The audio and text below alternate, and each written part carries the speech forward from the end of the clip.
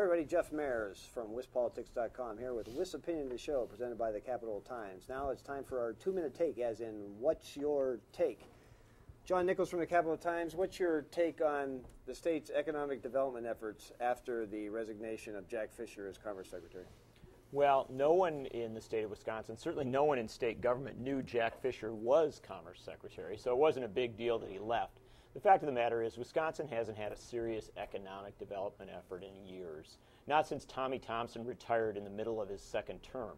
The reality is the state of Wisconsin doesn't take economic development seriously, and until it does, we're going to keep having situations like the closing of the GM plant. Brian Fraley from the Wisconsin Institute for Leadership. Well, what's your take? This is right up our alley. We've been saying for months the economic crisis is here in Wisconsin. So what does the Doyle administration do? Let's see. They sliced job centers. Originally we proposed slicing it from 68 to 8. Now they're going to keep 22 of them. There is no Commerce Secretary. You're right. We haven't had a real Commerce Secretary in 10 years, it seems like.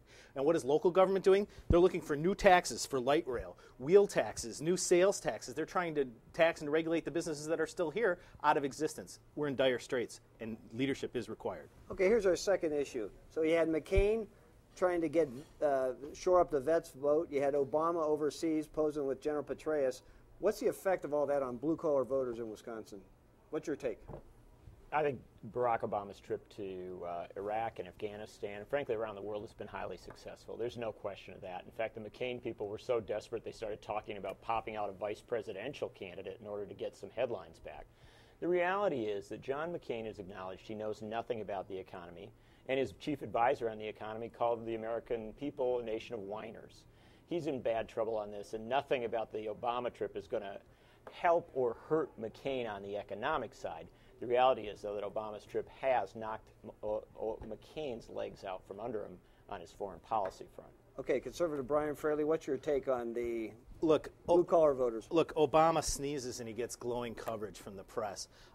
They trot out 2 veterans in support of Obama, one a Democrat Party hack, and he gets a headline, "Veterans support Obama." Not 2 veterans support Obama, but veterans support Obama.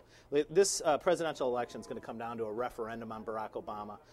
Conservatives hope the higher they rise, the harder they fall, but we'll see. Okay, that's our 2-minute take for today. We'll be back right after this.